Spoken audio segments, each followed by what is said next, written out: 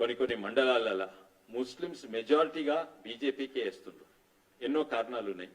ఎందుకంటే వాళ్లకు ఒక క్లారిటీ ఉన్న లీడర్ అర్థమైండ్రు. మహిళలు కూడా చాలా మంది ముస్లిమ్స్ బీజేపీ దిక్కేస్తుండ్రు. అందుకే ఇది కేవలం ఒక మత పార్టీ కాదు, ఇది దేశాన్ని నేషన్ ఫస్ట్ పార్టీ. ఇప్పుడు చేవెళ్లలో చూస్తే ఎన్నో ప్రభుత్వాలు వచ్చినాయి పోయినాయి, కానీ చేవెళ్లను చిన్న చూపుగా చూసింది. కానీ ప్రధానమంత్రి మోడీ గారు వారు నేనున్నప్పుడే అన్నిట్ల మంచి హైవే ఇచ్చిండ్రు. ఇన్నేళ్లు లేకుండే, కానీ పాత ప్రభుత్వం దాన్ని భూస్వీకరణ చేయలేదు, అది డీలే అయింది. వాళ్ళు ముందుకొచ్చింది ఏంటంటే చేవెళ్ల ప్రాంతానికి ఎంఎంటీఎస్ ముందుకు చేస్తాము, శంకర్పల్లి, దాని తర్వాత వికారాబాద్కు వాళ్ళు నిధులు ఇస్తందుకు కూడా తయారుండే. కానీ ఇంతకు ముందున్న ప్రభుత్వము అది వాళ్ళ 50% వాళ్ళు ముందుకు రాలేదు. అట్లనే వికారాబాద్లో మొన్ననే 100 కోట్లు కేటాయించిండ్రు మన యూనియన్ మంత్రివర్లు, టూరిజం మినిస్టర్ కిషన్ రెడ్డి గారు. ఇటువంటివి ఎన్నో చేసిండ్రు. అదే కాక మన షాబాద్ రాయ్ చేవెళ్ల పాపులర్, దాన్ని కూడా జీఎస్టీ తక్కువ చేసిందని ఎన్నోసార్లు నేనే రిప్రజెంట్ చేసిన. చేవెళ్ల ప్రాంతం అభివృద్ధి అయితే కావాలని ముందు చూపుంటుంది. ఇప్పుడు చెప్తే ఎవరు కూడా నమ్మలేదు. ఎట్లయితే ఆ రోజు కోట్లాది మంది 10 రూపాయలు ఇచ్చినప్పుడు వాళ్ళు 100% నమ్మకం లేదు, నిజంగానే ఇట్లా అయోధ్య మందిరం అవుతుందని. అది 4 ఏళ్ల కింద 10 రూపాయలు కోట్లాది మంది ఇచ్చినప్పుడు అదే 10 రూపాయలు అని ఇచ్చింది. కానీ నిజంగానే మన కండ్ల ముంగట్నే అది కడతారు, అయోధ్య మందిరం అవుతుందని ఎవరు కూడా అనుకోలేదు. దాని తర్వాత అక్షంతలైనాయి. దాని తర్వాత చెప్పిన మాటను నిలుపుకుంటాడనే నమ్మకము ప్రజలలో వచ్చింది. అక్కడనే అన్నిట్లా పెద్ద మసీద్ కూడా తయారవుతుంది. మోడీ గారి మీద అన్నిట్లా వారి గొప్పతనం ఏంటంటే ప్రజలు మోడీ గారిని నమ్ముతుంది, ఆ నమ్మకం. అదే కాక మోడీ గారికి కూడా ప్రజల మీద నమ్మకం. అందుకే ఇది నంబర్ 1 దేశంగా అయింది. ఆ రోజు వాళ్ళు డిజిటల్ పేమెంట్స్ అంటే ఎవరు కూడా నమ్మలేదు. ప్రతిపక్షాలు ఏమన్నారు, ఈయనకేమైనా తెలుసా, ఆడ నెట్వర్క్ ఉంటుందా, ఆడ ఊరోళ్లకు స్మార్ట్ ఫోన్స్ ఉంటాయా, స్మార్ట్ ఫోన్స్ ఉన్నా వాడొచ్చా. ఇప్పుడు దాని వల్లనే హైయెస్ట్ డిజిటల్ ట్రాన్సాక్షన్స్ వరల్డ్ అయినాయి. దాని వల్లనే highest number of unicorns out side America అవుతున్నాయి, అంటే $1 బిలియన్ కంపెనీలు అవుతున్నాయి. దానివల్లనే మన ఎకానమీ 5వ స్థాయికి చేరింది. చేవెళ్ల ప్రాంతంలో ఈ సర్వేలు ఇవన్నీ ఎన్నో వస్తాయి, మేము కూడా చేసుకుంటాము. సర్వేలు కూడా కొన్ని దుష్ప్రచారం కొరకు చేస్తారు. కానీ మాకు తెలిసింది, మేము చూసినాము, ఊరికి పోయినాము.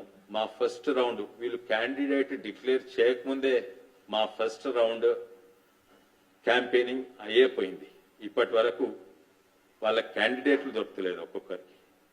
అయితే క్యాండిడేట్ దొరికినాక మళ్ళా సర్వే చేస్తాం. కానీ ఇప్పటి వరకు చేవెళ్ల బీజేపీకి భారీ మెజారిటీతో గెలుస్తుంది. ఎందుకంటే నమ్మకం, మోడీ మీద నమ్మకం. అందుకే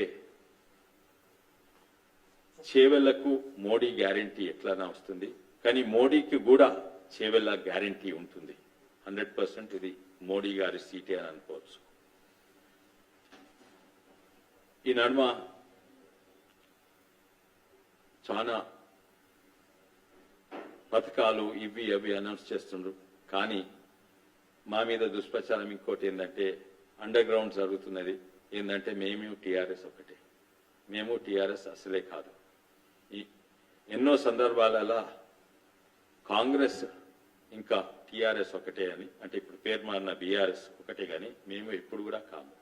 మా మీద ఆరోపణలు ఏంటంటే మేము లిక్కర్ కేసులైనా కాళేశ్వరం మీద చర్యలు తీసుకోలేదు. ఇప్పుడు ప్రభుత్వం వాళ్ళది. పైసలు ఎస్పెషలీ ప్రత్యేకంగా కాళేశ్వరం మీద అవి కేంద్ర ప్రభుత్వం పైసలు కావు, అవి రాష్ట్ర ప్రభుత్వం పైసలు. అయితే ఎవరు చర్యలు తీసుకోవాలి? చర్యలు తీసుకునే బదులు దాన్ని కోల్డ్ స్టోరేజ్లా కనీసము స్టేట్ గవర్నమెంట్ కింద ఉన్న ఏబీసీనన్నా, యాంటీ కరప్షన్ బ్యూరోనన్నా, లేకుంటే కేంద్ర ప్రభుత్వం కింద సిట్నన్నా దాంతో ఇన్వెస్టిగేట్ చేసినా ఎంతో అంత బాగుండేది. కానీ దాన్ని జ్యుడిషియల్ ఎంక్వైరీకి పంపించి కోల్డ్ స్టోరేజ్ అంటే 30 ఏళ్ల తర్వాత కేసీఆర్ గారికి హాలిడే ఇచ్చినట్టు. వాళ్ళు చేయాలేంది వాళ్ళతోటి సాధ్యం కాకుంటే సిబిఐకి ఒక లెటర్ రాయాలి. ఎందుకంటే పోయిన ప్రభుత్వం చట్టం తీసుకొచ్చింది ఏంటంటే సిబిఐ ఇక్కడ స్టేట్ గవర్నమెంట్ విషయాలలో ఇన్వెస్టిగేషన్ చేయాలంటే వాళ్లకు స్టేట్ గవర్నమెంట్ పర్మిషన్ కావాలి. ఆ పర్మిషన్ ఇవ్వండి, లెటర్ అని రాయండి. అది ఇయ్యరు, ఇన్వెస్టిగేషన్ చేయరు.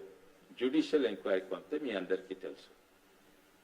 మేము ఒక్కరేమే ఉంటాం ఇక్కడ, తప్పనిసరిగా గెలుస్తున్నాము. ప్రజలకు క్లారిటీ ఉన్నది.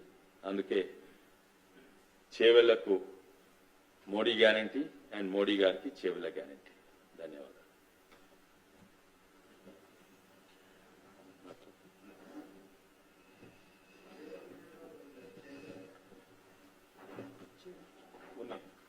అందరికీ నమస్కారాలు.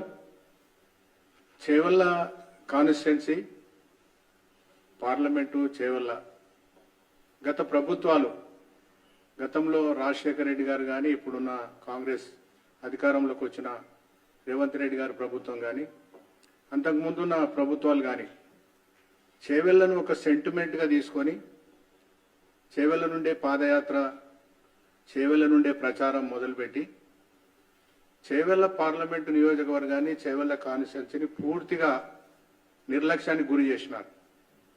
ఎన్నికలప్పుడు హామీలు ఇస్తారు, ఎన్నికల తర్వాత మర్చిపోతారు. బీఆర్ఎస్ పార్టీ కేసీఆర్ గారు అదే పని చేసినారు, రాజశేఖర రెడ్డి గారు అదే పని చేసినారు, ఇలా రేవంత్ రెడ్డి గారు అదే పని చేస్తూ ఉన్నారు. చేవెళ్లను పూర్తిగా నిర్లక్ష్యం చేయడానికి అనేక కారణాలు ఉన్నాయి. గతంలో ప్రాణహిత చేవెళ్ల రాజశేఖర రెడ్డి గారు ఫౌండేషన్స్ తూనేసి చేవెళ్ల చెల్లెమ్మ అని చెప్పి అక్కడి నుంచి అధికారంలోకి వచ్చినారు. కానీ ఒక్క రూపాయి పనిచేయలే. ప్రాణహిత చేవెళ్లను 8,500 కోట్లను రిలీజ్ చేసి మొబిలైజేషన్ పేరు మీద ఆయన్ని తినేసినారు. టర్నల్స్ కొట్టినారు, కొన్ని జాగాలలో పైప్ లైన్లు వేసినారు.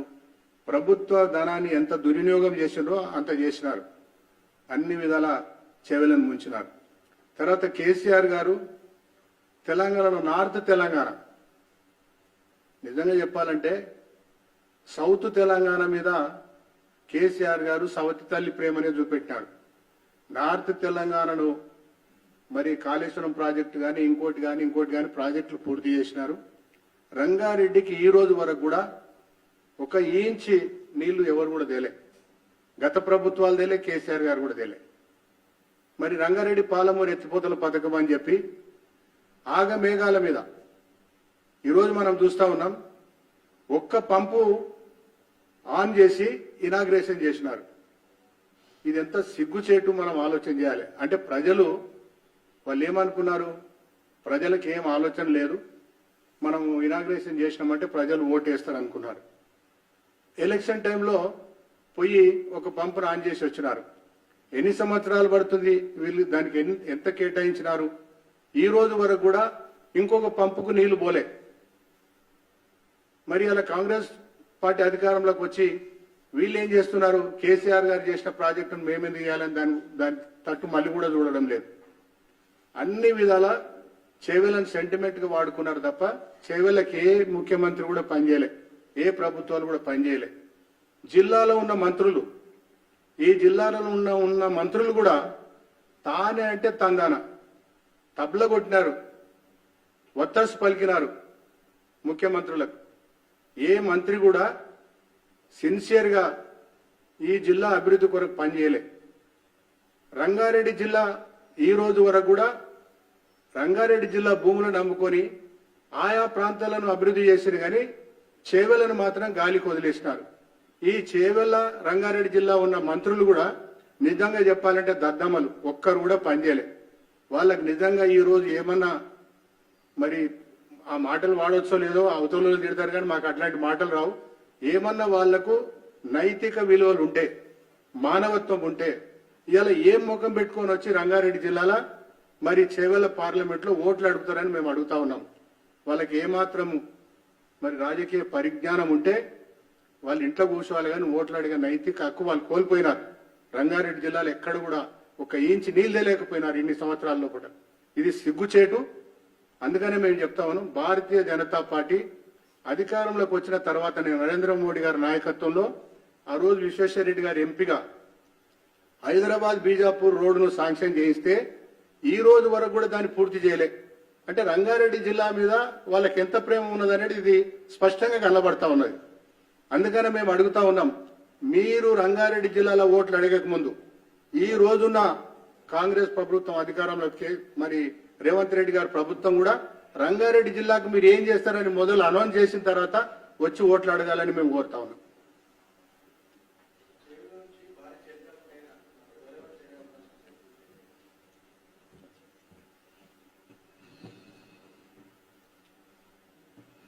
చాలా మంది చేరుతానికి తయారున్నారు, కానీ మేమైతే వాళ్ళు వెంట పడతలేము. మా జాయింట్ కానీ సర్పంచ్ల కాడి నుంచి ఎంపీపీల కాడి నుంచి ఇద్దరు ఎంపీపీలు, ఒక జెడ్పీటీసీలు, ఇంకా అంతకంటే పైన నాయకులు ఇద్దరు ముగ్గురు బీజేపీ తోటి, కొందరు మాతో చర్చిస్తున్నారు, కొందరు డైరెక్ట్లీ ఢిల్లీలో పోయి చర్చిస్తున్నారు.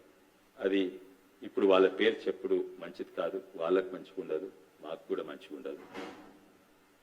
ఈ 2 రోజుల్లో తేలిపోతుంది అది. కానీ పెద్ద వ్యక్తులే అన్నిట్లా పై స్థాయిలో ఉన్న ఇద్దరు లేకుంటే ముగ్గురు కూడా వచ్చే అవకాశాలు ఉన్నాయి. కానీ మేము చర్చలు చేసినాం. ఇక్కడ ఢిల్లీ అధిష్టానము వాళ్ళని తీసుకుంటారా లేదా వాళ్ళే నిర్ణయం చేస్తారు.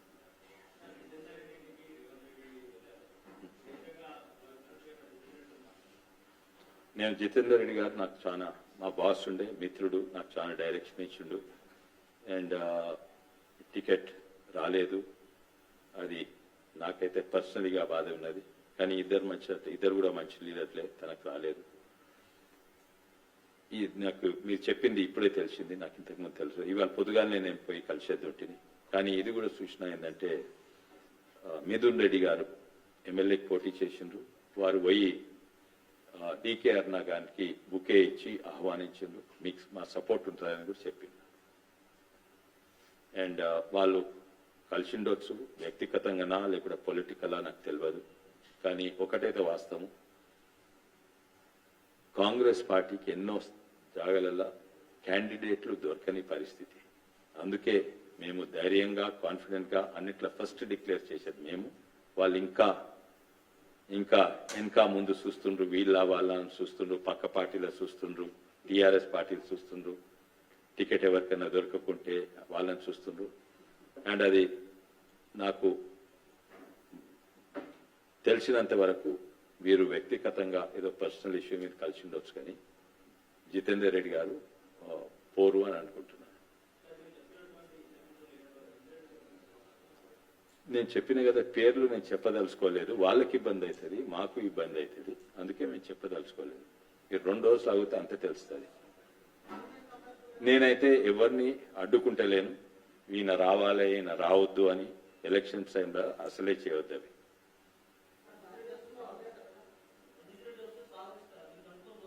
నేను ఎవరిని అడుక్కోనని.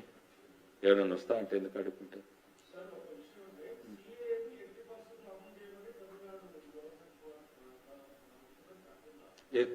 ముఖ్యమంత్రి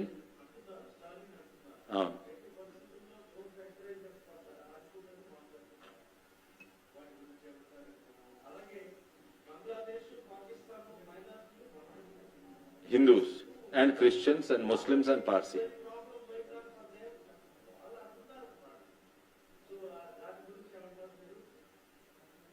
సిటిజన్షిప్ యాక్ట్ ఏ ప్రభుత్వం అమెరికాలో కూడా ఉందండి, జర్మనీ ఉంది, అన్ని దేశాల్లో ఉంది, అన్ని దేశాల్లో ఉన్నాయి. వాళ్ళ కండిషన్స్ ఉన్నారు. ఫస్ట్ ఆఫ్ ఆల్ ఇదైతే అంగీకరిస్తారు కదా, ఇక్కడ వాళ్ళకు వర్తించరు, బయట నుంచి వచ్చే రెఫ్యూజీస్ కి మాత్రమే. మేము అనేది ఏంటంటే దుష్ప్రచారం చేస్తుంది ఏంటంటే ఇక్కడ వాళ్ళకు అది డేంజర్ అని. ఇక్కడున్న మైనారిటీస్ డేంజర్, ఇక్కడున్న మైనారిటీస్ డేంజర్ కాదు. బయటున్న మైనారిటీస్కి ఒక ఆప్షన్ ఇండియాకి వస్తుంది, ఒక ఆప్షన్. బయటున్న మైనారిటీస్ ఎవరండి ఈ దేశాలలో? అది రిలీజియస్ పర్సిక్యూషన్ వల్లనే. ఆర్థికంగా లేకుంటే ఇక్కడ మంచి పథకాలు ఉన్నాయి, ఈడ 5 కేజీలు ఉచిత రైస్ ఇస్తారు, లేకుంటే ఇవన్నిటి పథకాలు మంచిగున్నాయని వస్తేందుకు ఇది వర్తించదు. ఓన్లీ రిలీజియస్ పర్సిక్యూషన్ వల్లనే వస్తేనే వర్తిస్తుంది. ఒక హిందువే ఉండని అక్కడ మంచిగా ఉన్నాడు, పాకిస్తాన్ లో బంగ్లాదేశ్ లో ఒక సిక్ ఉండని మంచిగా ఉన్నాడు, ఆయన పర్సిక్యూట్ హింసించలేరు. అటువంటి వాళ్ళు ఇక్కడికి వస్తే రానియారు. హిందువులు ఉన్నా కూడా కేవలము నీ మతము మైనారిటీ మతం కనుక పర్సిక్యూట్ చేస్తే ఇక్కడ రావచ్చు. స్టాలిన్ గారు తను ఓసారి ఇది కూడా అంటారు, ఇండియానే తమిళనాడు ఇండియానే లేదని కూడా అంటారు. అటువంటి వాళ్ళు యాంటీ నేషనల్స్, అందుకే బీజేపీ అక్కడ పెరుగుతుంది. చాలా మంది అంటారు బీజేపీ సౌత్ ఇండియా లేదు, కానీ highest growth of BJP in last 2 years is in south India and 200% Tamil Nadu is part of India. Stalin ఏమని అనుకోండి, ఏదో తమిళ్ ఫీలింగ్, డివిజివ్ పాలిటిక్స్ ఎవరండి? మేం కాదు డివిజివ్ పాలిటిక్స్. ఇండియన్ ముస్లిమ్స్ అందే మా ఊళ్ళే అంటున్నాం. వాళ్ళు అంటూ తమిళనాడుయే వేరే దేశం అంటున్నారు, తమిళియన్స్ వేరే కల్చర్ అంటున్నారు. అయితే స్టాలిన్ గారు మాట్లాడింది ఎవరు కూడా సీరియస్ తీసుకోరు. అందుకే ఆయన ఎన్నడు లేనిది వాళ్ళ రెండు ఆడ పొలిటికల్ సిద్ధాంతం నో గాడ్ అని ఉంటుంది, దానికి వ్యతిరేకంగా బీజేపీ పోరాడుతుంటే ఆడ తప్పనిసరిగా 5-6 సీట్లు మాకు వస్తాయని మాకు నమ్మకం. తమిళనాడులో 5-6 సీట్లు అండ్ ఎస్పెషలీ సిటీస్లలో వస్తాయి. కోయంబత్తూరులో వచ్చే అవకాశం ఉంది, పాండిచ్చేరిలో కూడా వచ్చే అవకాశం ఉన్నది. హైయెస్ట్ గ్రోత్ అండి మీరు చూడండి, 200% ఇక్కడ ఎవ్రీ ఇయర్, ఇక్కడ ఎవ్రీ ఎలక్షన్ మేము 100 డబుల్ అవుతుంటే ఆడ 4-5 టైమ్స్ అవుతుంది ఓట్ షేర్. వచ్చే ఎలక్షన్స్ చూడండి, whether it's local next year చూడండి, ఈ ఇయర్ చూడండి, vote share will increase by 4 times or 5 times in Tamil Nadu. కానీ ప్రాబ్లం ఏంటంటే కొన్నిసార్లు 2-3% ఓట్ షేర్ తక్కువన్నా కూడా సీట్ షేర్ 2-3% తక్కువ కాదు, సీట్ షేర్ 50-60% తక్కువ అవుతుంది. అదొక సమస్య తమిళనాడులో. కానీ మాకేం అడ్వాంటేజ్ అంటే ఎక్కడైతే we are strong, we are very strong. Even in తెలంగాణలో కూడా where we are strong, we are very strong. మాది లాస్ట్ టైం 14% అన్నారు ఓట్ షేర్, 7 నుంచి 14-15% పెరిగింది. యూనిఫామ్గా పెరగలేదు, కొన్ని జాల లైక్ చేవల ప్రాంతంలో లాస్ట్ ఎలక్షన్స్ మాకు 22% పెరిగింది, అంటే 7 నుంచి 22% అయింది. రాష్ట్ర వ్యాప్తంగా 14% అయితే. అందుకే మాకు కాన్ఫిడెన్స్ ఉంది చేవెళ్ళ మీద, అది డెఫినెట్ వినింగ్. కానీ చేవెళ్ళనే కాదు, కొన్ని జాలాల నల్గొండాల, కొన్ని జాల అక్కడ కూడా అవకాశం ఉన్నది, ఖమ్మంలో కూడా అవకాశం ఉన్నది, ఓల్డ్ సిటీలో కూడా అవకాశం ఉంది అని అనుకుంటున్నాం. ఆశ్చర్యపోవద్దు, 10 కంటే 12 కంటే 13 కంటే ఎక్కువ వస్తే ఆశ్చర్యపోవద్దు.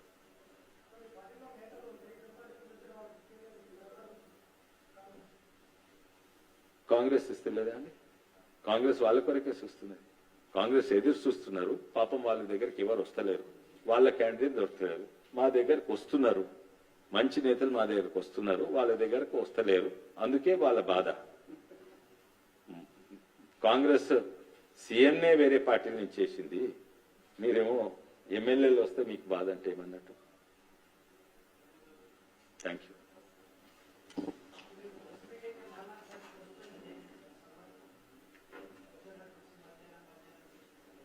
సారీ, యా, ఇది ఏమైతుందంటే ఎలక్షన్ వచ్చే వరకు టీం పెరుగుతుంది.